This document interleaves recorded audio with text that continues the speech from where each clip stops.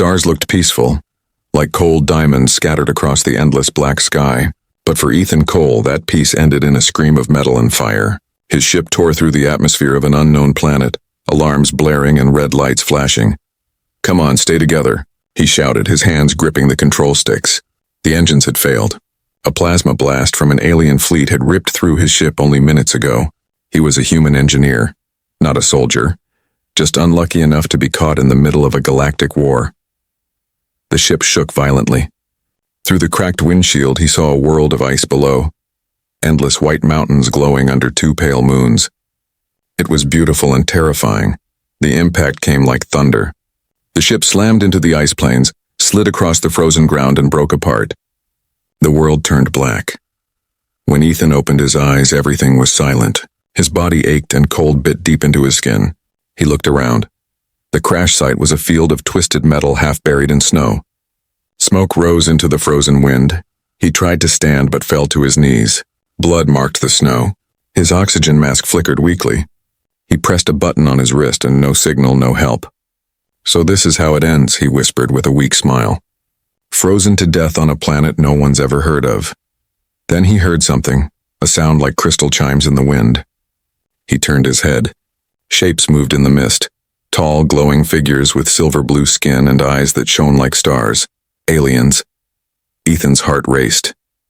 He tried to raise his hands, showing peace, but his vision blurred.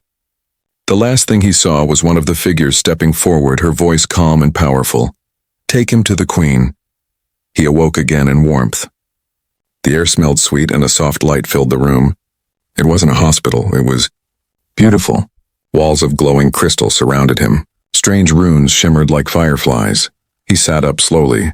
His body was healed, wrapped in smooth silver cloth. Then he saw her. A woman, or something close to one, stood at the foot of his bed. Her skin was pale silver, her hair long and white like moonlight. Her eyes glowed faint blue, deep and sad, like they had seen centuries of loneliness. She wore an elegant robe that flowed like mist. Ethan stared, speechless. She looked like an angel carved from light. Who are you?" he asked softly. "I am Queen Seraphine, ruler of Varela," she said, her voice calm but cold. "You are human, a creature of emotion. You fell from the sky in fire. Why have you come to my world?" "I didn't mean to," Ethan said, coughing. "I was running from a battle. My ship was hit. I didn't even know where I was going." Her gaze didn't change. "Humans are dangerous. They carry the sickness of feelings, anger, love, jealousy. All things that destroyed your kind and almost ours." Ethan gave a weak smile. "Feelings aren't a sickness. They're what make life worth living." For the first time, Seraphine hesitated. No one had ever spoken to her like that. In her empire, emotion was forbidden. Her people had erased it long ago to live in perfect order. Yet when she looked at him, bleeding, broken, but still smiling, something inside her chest moved. A strange warmth she hadn't felt in 1,000 years. "Your words are foolish," she said finally, but her tone had softened. "You should not be alive. The cold here kills faster than fire." "Then maybe you saved me," he said quietly. "Thank you, Your Majesty." She frowned, confused. Gratitude. No one thanked her. They only obeyed her. Outside, the palace of Varela shone under the pale moons. It stood like a crown made of ice and light. Beneath it stretched a silent city, filled with beings who never smiled, never cried, never loved.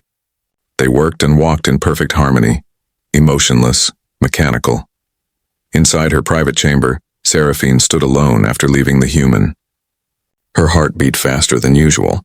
She pressed a hand to her chest, whispering, "Strange." Her advisor, a tall being named Kelthar, appeared behind her. "My queen," he said, bowing. "The human is unstable. He carries the ancient emotions. We must end his life before he spreads the infection." Seraphine turned to face him. Her expression was unreadable. "No," she said softly. "He will live. I wish to study him." Kelthar looked shocked. "Study him?" "My queen, this is forbidden." "Then let it be our secret," she said. That night, Ethan couldn't sleep. The alien stars outside his crystal window looked strange but beautiful. He touched the smooth glass and whispered, "Frozen heaven. I guess that's what this place is." Behind the wall, unseen, Seraphine watched him through a mirror of light. His voice carried through the chamber. For reasons she didn't understand, she stayed there and watching his breath fog the window, watching him smile even in pain. And for the first time in centuries, the cold queen of Virella felt something warm inside her heart. She turned away, whispering to herself, "Human, what are you doing to me?" And high above the icy world, the auroras glowed brighter, as if the stars themselves had begun to feel again. Days passed quietly in the shining palace of Virella. Ethan's wounds healed fast, not because of time but because of the strange alien technology that hummed softly around him. Yet even though his body recovered, his heart felt heavy. He was trapped in a world of silence where even the air felt like glass. He tried speaking to the guards, tall, silver beings who never blinked. They didn't answer, didn't even look at him. It was like talking to statues. Only Queen Seraphine visited him. Every morning she entered his chamber with her perfect calm. Her presence was like the moon, beautiful but distant. She asked short questions in her soft, melodic voice. "Human, why do you laugh even when you suffer?" Ethan smiled weakly. "Because laughter keeps me alive. It reminds me I'm still me." "Strange," she murmured, sitting in silence beside him. "My people deleted such reactions long ago. We found them distracting." "Maybe that's why your world feels so cold," he said, not as an insult but with quiet sadness. For a moment she didn't reply. Her glowing eyes flickered slightly, confusion, maybe curiosity. She didn't understand how a man who almost froze to death could speak with such warmth. As days turned into weeks, something began to change. Seraphine stayed longer in his chamber each time. She began asking more questions, not about war or science, but about feelings. "What is love, Ethan?" she asked one evening as they watched the pale moons through the crystal walls. Ethan chuckled softly. "Love, that's a big question. Answer it," she said. "I want to understand why humans destroy and live for it at the same time." He thought for a moment, looking at her face glowing in the moonlight. "Love is wanting someone to be happy, even if it costs you something. It's the reason we keep fighting, keep hoping. It's not easy, but it's beautiful." Her eyes lowered. "We used to have something like that. Before we purified our minds, why did you remove it? Because love led to pain. Pain led to war. We believed logic could fix everything. Did it?" She looked away. "No," she whispered. "It only made us empty." That night when Seraphine returned to her chamber, she couldn't rest.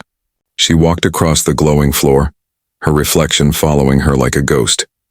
Her pulse was faster again, that strange warm ache in her chest. She pressed her hand to her heart. "This human, what is he doing to me?" Kelthar appeared again, bowing low. "My queen, the council grows uneasy. They sense you are changing. This must stop. The human must be removed." Seraphine turned sharply, her eyes glowing brighter. "He will not be harmed." Kelthar's voice turned cold. "You risk everything for him." Why, she didn't answer. Because she didn't know. The next morning, Seraphine entered Ethan's chamber early. He was trying to fix a broken transmitter from his ship, his hands shaking from cold. "You're still trying to leave," she said softly. He looked up. "It's not about leaving. It's about sending a message. Maybe someone's looking for me." She studied him for a long time. "Would you go if you could?" He hesitated. "I don't know anymore." Her lips parted slightly as if she wanted to ask why, but the words never came. Instead, she stepped closer. For the first time, she sat beside him, not as a queen, but as a person. "You are not like others of your kind," she said. "You speak gently.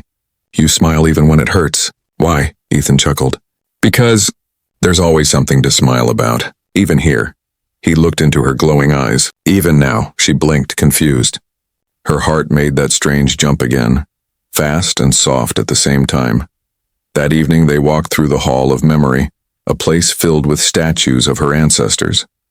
She told him stories of her world, how they erased emotion to stop endless wars, how they lost their ability to feel joy, sorrow, or love.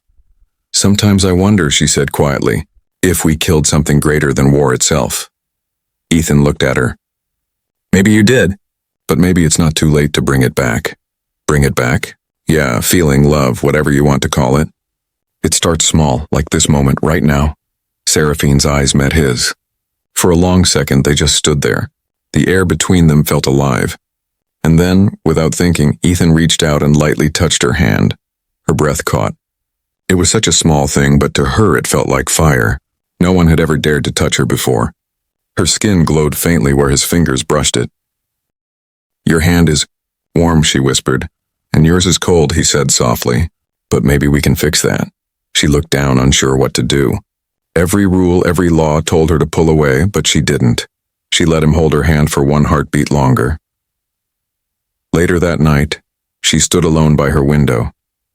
Snow fell outside, silent and endless. Yet her reflection in the glass looked different, softer, alive. Her heart whispered a truth she didn't want to hear. "I feel." And far below, in his chamber, Ethan looked out at the same falling snow and whispered, "Maybe she's not as cold as she thinks." Neither of them knew it yet. But that single touch had started something the galaxy hadn't seen in centuries. The birth of love. On a frozen planet, the sun never truly rose on Varela. It only painted the sky in shades of blue and silver, a cold, endless twilight. But in the heart of the frozen palace, something warm had begun to bloom. Queen Seraphine found herself walking to the human's chamber every day, though she told herself it was only to observe his recovery. Still, her steps were lighter now, her voice softer. Even her servants whispered behind her back. The queen smiles. No one had seen that in generations. Ethan was sitting by the crystal window when she entered that morning. He had built a small model out of metal scraps in the shape of a bird. It flapped its tiny wings when he pressed a switch. "What is that?" she asked. He smiled. "It's a bird. I'm from Earth, and they used to fly in the sky free and wild." "Fly?" Her glowing eyes widened a little. "Your kind truly lived with such creatures?" "Yeah," he said softly. "They reminded us that no matter how dark the world got, something always wanted to reach for the light." Seraphine looked at the tiny bird, then at him. "Strange. Our skies are empty. We destroyed all living things that could not serve logic." Ethan looked sad. "Then you destroyed beauty too." Her lips parted to argue, but no words came. She simply stood there, watching the little metal bird move its wings, and for a moment she felt something like loss. Deep and cold. Over time, small changes began to ripple through her empire. Servants said the queen's voice no longer echoed like ice. The crystal palace lights shone warmer whenever she passed. Even the people of Varela noticed strange things.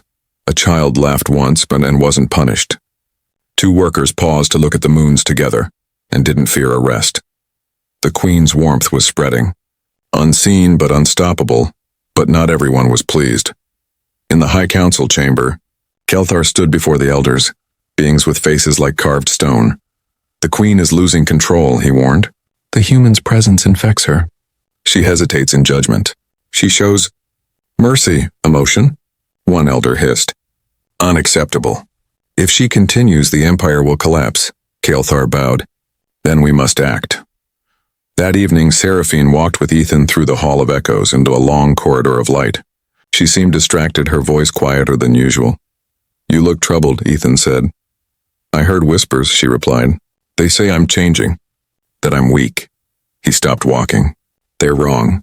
You're becoming alive." "Alive?" She repeated, the word strange on her tongue. "Yes, you're not a machine, Seraphine. You're someone who's learning to feel again. That's not weakness." Her eyes glowed softly.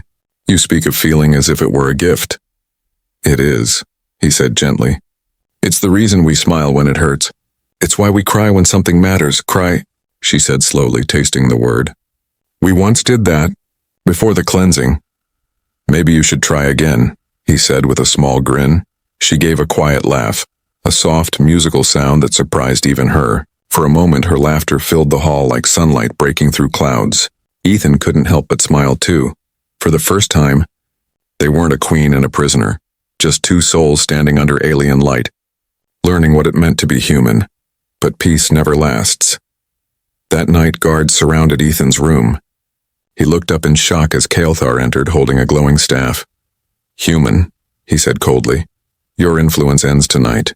You will be taken to the outer mines. There you will fade, and the queen will forget." Ethan stood tall even though fear ran through him. "You're afraid," he said calmly. "Afraid of her changing. Afraid she's finding her heart." Kelthar's face twisted. "She is losing her purity." "Or maybe," Ethan said, stepping closer, She's finding her soul. Before Kael'thar could strike, a voice echoed through the chamber and soft, but powerful. Enough. Seraphine stood at the doorway, her eyes blazing like twin moons. The human is under my protection, she said. Touch him and I will unmake you. Kael'thar hesitated. My queen, the council answers to me, she said firmly. Leave us. The guards froze, then bowed deeply before retreating. Kael'thar glared at Ethan, then followed them out. When the door closed, silence filled the room. Ethan looked at her, his voice quiet. You risked everything for me. She stepped closer, her expression unreadable. I don't understand why I did it, she whispered. You are chaos. You make me feel things I should not. He smiled gently. Maybe that's what love does. Love, she repeated softly. The word felt like a spark on her lips. Her chest ached, not from pain, but from something she could not name. Later, when he was alone again, Ethan sat by the window. Outside, the frozen world shimmered with pale light. Yet for the first time it didn't feel cold, and in her private chamber Seraphine stood before a mirror staring at her reflection. She touched her chest and whispered to herself, He says this is love. But why does it hurt? In the distance, the twin moons of Virella rose higher, casting long shadows across the city. Change was coming, and neither logic nor law could stop it now. The Queen of Ice had begun to melt. The days on Virella began to feel different. Where once the palace halls had been filled with cold silence, now soft music echoed faintly through the corridors. A strange melody Seraphine couldn't stop hearing in her head. It was the sound of Ethan's laughter, his voice, his words. She had never heard anything like it, and she couldn't make it stop. Every day she found a new reason to see him. At first it was to ask questions, then it became to observe his behavior. But deep down, Seraphine knew the truth. She wanted to see him, to hear him, to feel that small, strange warmth he brought with him wherever he went. Ethan, too, had changed. He walked freely now within the palace. The guards still watched him, but none dared approach when the queen was near. He often carried small machines, gifts he made for her, tiny glowing flowers that opened when she smiled. A clock that ticked softly, shaped like a human heart. Why do you make these?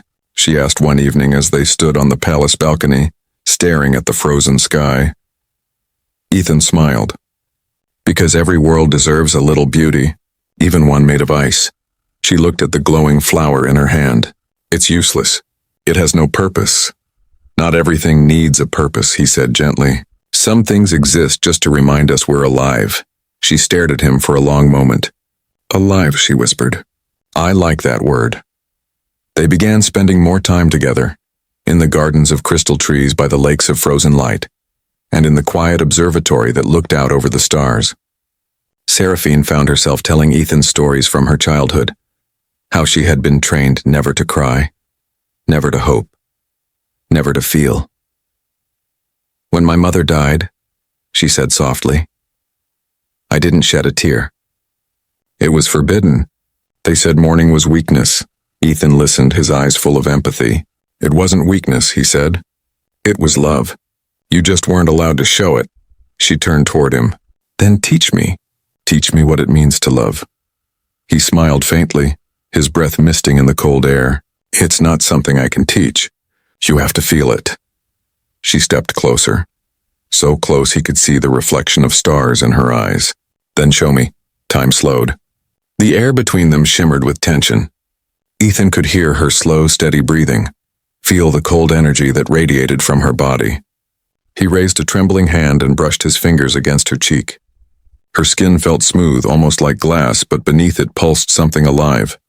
Seraphine didn't pull away. Her eyes fluttered shut. Your touch, she whispered. It burns.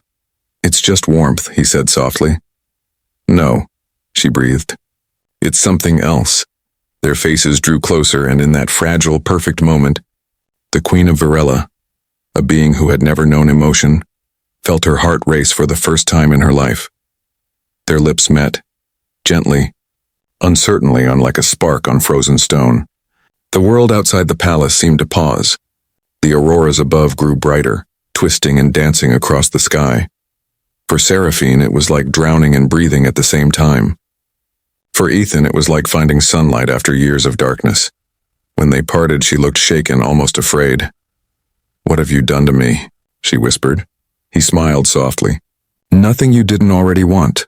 But love was dangerous in a world without it. Far below the palace, in the hidden chambers of the High Council, Kael'thar watched through shimmering mirrors of light. He saw the kiss, saw the glow that erupted around them, and his expression turned dark. "The infection spreads," he hissed. "The queen has fallen." An elder's voice echoed from the shadows. "Then it is time. Prepare the purge, the human dies and the queen forgets." A heavy silence hung over the shining palace of Varela. The auroras above glowed red that morning, a color rarely seen, a color the old texts once called warning. In the grand throne hall, the High Council gathered. The air felt sharp, filled with quiet anger. At the center stood Queen Seraphine, her head held high, though her heart trembled inside her chest. Kael'thar stepped forward, his silver armor gleaming. "My queen," he said coldly, "we have seen what you tried to hide. The human has infected you. You have betrayed your own kind." Seraphine's eyes glowed faintly blue, calm but sad. "Betrayal?" she whispered. "You call it betrayal because I remembered what it means to feel?" The council hissed in one voice. "Emotion leads to chaos. You endanger the order we built." Kael'thar slammed his staff to the floor. "By the ancient laws, the punishment for corruption is purification. The human must die, and your memories must be erased." Gasps filled the chamber. Seraphine froze for a moment, her fingers tightening at her side. "You dare give orders to your queen?" "You are no longer fit to rule," Kael'thar said, stepping closer. "You've become one of them." In the lower cells of the palace, Ethan sat chained to a wall of glowing stone. His face was bruised, his wrists burned where the restraints pulsed with energy. He had been dragged from his room at dawn. No explanation. No mercy. When the guards left, he looked up toward the ceiling and whispered, "Guess they found out." He closed his eyes, remembering Seraphine's voice. Her soft laugh. Her eyes when she said his name. For the first time in years, he wasn't afraid to die. The only thing that hurt was knowing she might suffer for loving him. Hours later, the great hall doors opened. Seraphine entered, her steps slow and heavy. Kael'thar stood waiting with the council, the guards forming a ring around the human. Ethan lifted his head when he saw her. Despite everything, he smiled faintly. "Hey," he whispered. Seraphine's lips trembled, but she said nothing. She looked at the council. "Release him." Kael'thar's voice was sharp. "No, my queen. You will end this infection yourself. Prove your loyalty. Take his life or lose your throne." The hall fell silent. Every guard watched. Every crystal in the walls seemed to hum with tension. Ethan's breath caught. He looked into Seraphine's glowing eyes. "Don't do this," he said softly. "Whatever happens, don't lose yourself." Her hand shook as she reached for the ceremonial blade handed to her. It was beautiful, made of white energy, humming like a song. But it felt like poison in her hand. She looked down at Ethan. He didn't look angry or even afraid, only sad. "You changed me," she whispered, tears forming in her eyes, the first tears her kind had seen in centuries. "You made me see color in a world of ice." Then she turned to the council, her voice rising like thunder. "If love is a disease, then let me burn with it." She dropped the blade, and the sound echoed through the chamber like a breaking world. Chaos erupted. Guards rushed forward. Kael'thar shouted, "Seize them both!" But Seraphine raised her hands, and the air exploded with light. The crystals in the walls cracked, the floor shook, and a wave of pure emotion, raw and bright, blasted outward. Every being who touched it felt something they had forgotten. Fear, joy, sorrow, love. Ethan struggled to his feet as the chains shattered. "Seraphine." She turned to him, her eyes glowing fiercely, her tears shining like stars. "Run!" he hesitated. "Not without you." She reached out, grabbing his hand. "Then we run together." They fled through the palace corridors, chased by soldiers. The once silent city roared with alarm, beams of light cutting through the frozen mist. Ethan's heart pounded as they raced down a bridge of crystal. Seraphine lifted her hand, sending a burst of energy that shattered the bridge behind them. The soldiers fell screaming into the icy fog below. "Where are we going?" Ethan shouted. "To the ancient ruins," she cried, a place where emotions were first sealed away. "They won't follow us there." The wind howled around them as they reached a landing platform. A transport craft waited, half frozen but still functional. Ethan climbed in, his hands shaking as he tried to start it. The engines coughed, then roared to life. "Hold on," he yelled. As the craft lifted off, Seraphine looked back at her palace and the empire she had ruled for centuries. The shining towers were cracking, falling under the weight of chaos and emotion. But for the first time, she didn't feel fear. She felt free. Kael'thar stood on the broken balcony watching the ship disappear into the sky. His face twisted in rage. "Find them," he hissed. "If it takes 1,000 years, find them. The Queen must be purified." Inside the small ship, Seraphine sat beside Ethan. The light from the dashboard painted her face in soft gold. "You gave up everything," he said quietly. She smiled weakly. "I didn't give it up. I found something better." He looked at her, his heart full. "And what's that?" Her hand reached for his. "A reason to feel." Outside, the frozen world of Varela faded into the distance. Ahead, the stars stretched wide and bright, endless and waiting. But deep within the palace ruins, something ancient had awakened. The first sparks of emotion spread through the people like fire in winter. The age of logic was ending, and it all began because one human dared to love a queen who wasn't supposed to have a heart. The small ship cut through the endless night, leaving the frozen planet of Varela far behind. The stars outside shimmered like scattered fireflies, and for the first time, Queen Seraphine felt what freedom truly meant. No crown, no council, no rules. Just silence, and the man beside her. Ethan sat at the controls, his hands trembling slightly as he tried to steady the old craft. "The engines are weak," he muttered. "If we push too far, it'll break apart." Seraphine gazed out the window, her silver eyes reflecting the stars. "Then let it break," she whispered. "I would rather die among the stars than live in a cage." Ethan looked at her and smiled softly. "You sound human." "Maybe your kind's madness is catching," she said, almost smiling back. After hours of drifting, they found refuge on a moon covered in silver dust, a quiet world that glowed under pale light. The ancient ruins of a forgotten city lay scattered across its surface, half buried in time. "This place," Seraphine murmured as they stepped out of the ship. "It feels familiar." Ethan looked around at the tall stone towers carved with strange symbols. "You said emotions were sealed once. Maybe this is where it happened." She nodded slowly, touching a broken wall. "Yes. My ancestors called this the cradle of souls. It was here that they purged our hearts to make us perfect. And now you've brought feelings back," he said gently. "You're undoing what they destroyed." Her lips curved into a faint smile. "With your help." They built a small camp inside one of the temples. Ethan started a fire using scraps from the ship. The flames flickered against the walls, painting the old carvings in shades of gold. Seraphine sat beside him, her eyes fixed on the fire. "It's strange," she whispered. "We never used fire on Varela. It was considered wasteful, unpredictable." Ethan poked the flames with a stick. "Unpredictable, yeah. But that's what makes it beautiful." She tilted her head, studying him. "You humans are drawn to things that burn." He smiled sadly. "Maybe because we burn too, inside." For a while they sat in silence. The fire crackled softly. The stars above the ruined ceiling shone through like blessings from another world. Ethan noticed her shivering slightly. The cold seemed to seep through her skin. Without thinking, he moved closer and wrapped his arm around her.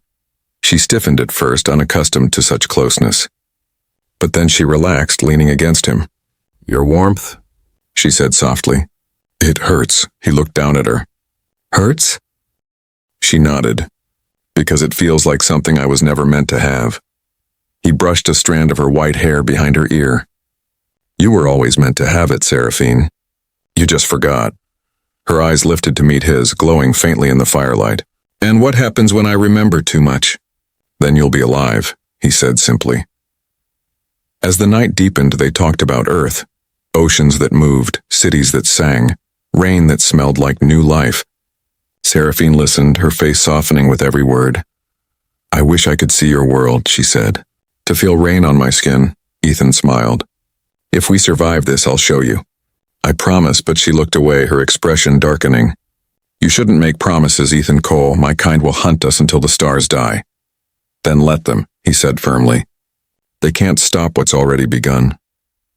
Later that night, while Ethan slept beside the fire, Seraphine wandered through the ruins. The symbols on the walls pulsed faintly as she passed, reacting to her presence. A deep voice echoed in her mind, ancient and sorrowful. You carry what was lost, and what was forbidden. She gasped, stepping back. Who's there? The memory of your kind. The heart you once buried. The ruins glowed brighter, and suddenly she saw visions. Her ancestors standing in a circle, removing their emotions, sealing them in crystal orbs. Their faces were calm, empty. They traded feeling for control. But you, Seraphine, you have undone their vow. The emotion inside you is too strong for your body. It will destroy you, her heart raced. Destroy me? Love always demands a price. She stumbled back to the camp, her breath shaky. Ethan woke at once. Seraphine, what's wrong? She looked pale, trembling. It's inside me, Ethan. The emotions, they're too much. My body wasn't made for this. He grabbed her shoulders. Then we'll find a way to fix it. There's no way. She cried, tears filling her eyes. I can feel everything. Joy, pain, fear, love, and all at once. It's burning me alive. Ethan pulled her close, holding her tightly as she trembled. Breathe, he whispered. Just breathe. You're not alone. Her tears fell against his chest, hot and bright like liquid light. The fire's glow reflected in them. I can't lose you, she whispered. Not after finding what it means to be human. You won't, he said, his voice breaking. I'll save you even if it kills me. Outside, the ruins began to hum again, the ancient stones reacting to her awakening emotions. Far away, deep in space, the council's sensors lit up, detecting the energy pulse from the moon. Kelthar stared at the readings, his face cold with fury. She has awakened the heart, he said. Prepare the fleet. They won't escape this time. In the ruins, Ethan held Seraphine close as she drifted into uneasy sleep.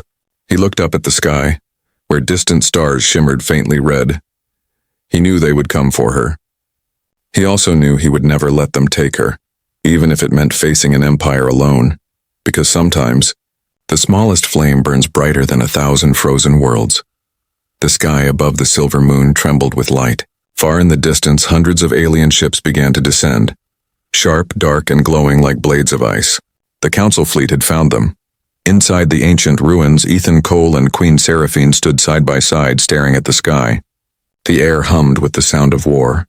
They've come, Ethan whispered. Seraphine's voice was soft but steady. They will not stop until I'm gone. They fear what I've become. He looked at her, his heart heavy. What you've become is something they lost. Someone who feels. She turned to him, eyes shimmering with sadness. And because of that, I brought this upon us. Ethan shook his head. No.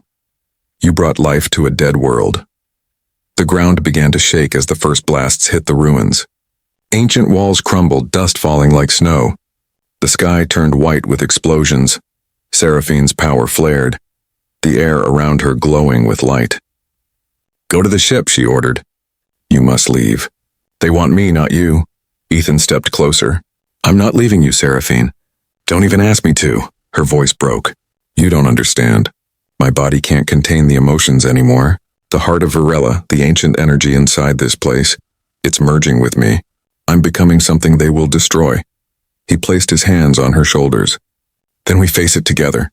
She shook her head, tears streaming down her cheeks, bright, glowing like liquid stars. If you stay, you'll die. Then I'll die where I belong, he whispered, with you. The ruins began to glow brighter, as if the ancient stones themselves were waking. A deep hum filled the air, the heart of Varela pulsing beneath them. Kelthar's voice thundered through the air, amplified by the fleet's speakers. Queen Seraphine of Varela, you are charged with corruption and treason. Surrender the human and the heart will spare your people. Seraphine's eyes turned fierce. They want my love, she said bitterly. They will have only my wrath. She raised her hands and a blinding wave of energy shot upward, striking the nearest ship. It exploded in a flash of silver fire, but the power inside her cracked again, her body trembling. Ethan caught her as she stumbled. Seraphine! It's too much, she gasped. I can't control it. It's burning me from the inside. He held her tightly, his heart breaking. Then let me help. There has to be a way. She looked into his eyes. There is one, but it will take your life. Ethan didn't hesitate. Then tell me what to do. She stared at him for a long, trembling moment, then whispered, "The heart of Virella feeds on energy, emotion, life, memory. If you give it your energy, it can stabilize me. It will save my body, but..." He smiled sadly. "It won't save me." Tears spilled down her cheeks. "You've already given me everything, please. Don't take this from me too." He lifted her chin gently. "I'm not taking anything. I'm giving it."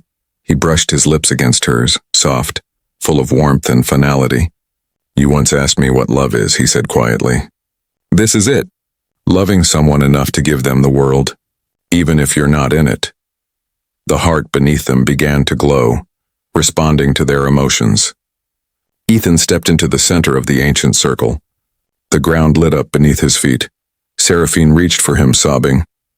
"Ethan, don't..." He smiled, his voice calm. "You gave me a reason to feel again. Let me give you a reason to live." As he placed his hand on the glowing stone, the light spread through the ruins like wildfire. His body shimmered, his heartbeat slowing. Seraphine cried out, running toward him, but a barrier of energy held her back. The heart absorbed his essence, his memories, his warmth, his laughter. The fire dimmed in his eyes, but his smile remained. "Now you'll remember what it means to love," he whispered. "Always." And then, he was gone. The heart exploded in light. The energy rippled across the moon, spreading into space, touching every ship in the fleet. The soldiers screamed as emotions flooded their minds. Joy, sorrow, compassion, things they had never felt. Some fell to their knees. Others wept for the first time in their lives. Kael'thar dropped his weapon, his face twisted in confusion. "What is this feeling?" Love had returned to the Virelon race. When the light faded, Seraphine stood alone in the ruins. Her tears fell silently onto the stone where Ethan had stood. The fire that once burned uncontrollably inside her now glowed steady and soft, his warmth living through her. She whispered into the quiet, "You were human, and you changed the galaxy." Years passed. The people of Virella rebuilt their world, not with logic and coldness, but with emotion and color. Music returned. Children laughed. The skies were filled with song. At the center of the capital stood a monument, 2 figures carved in shining crystal. A man reaching out to a woman made of light. Below it the words, "He taught us to feel. She taught us to lead with love."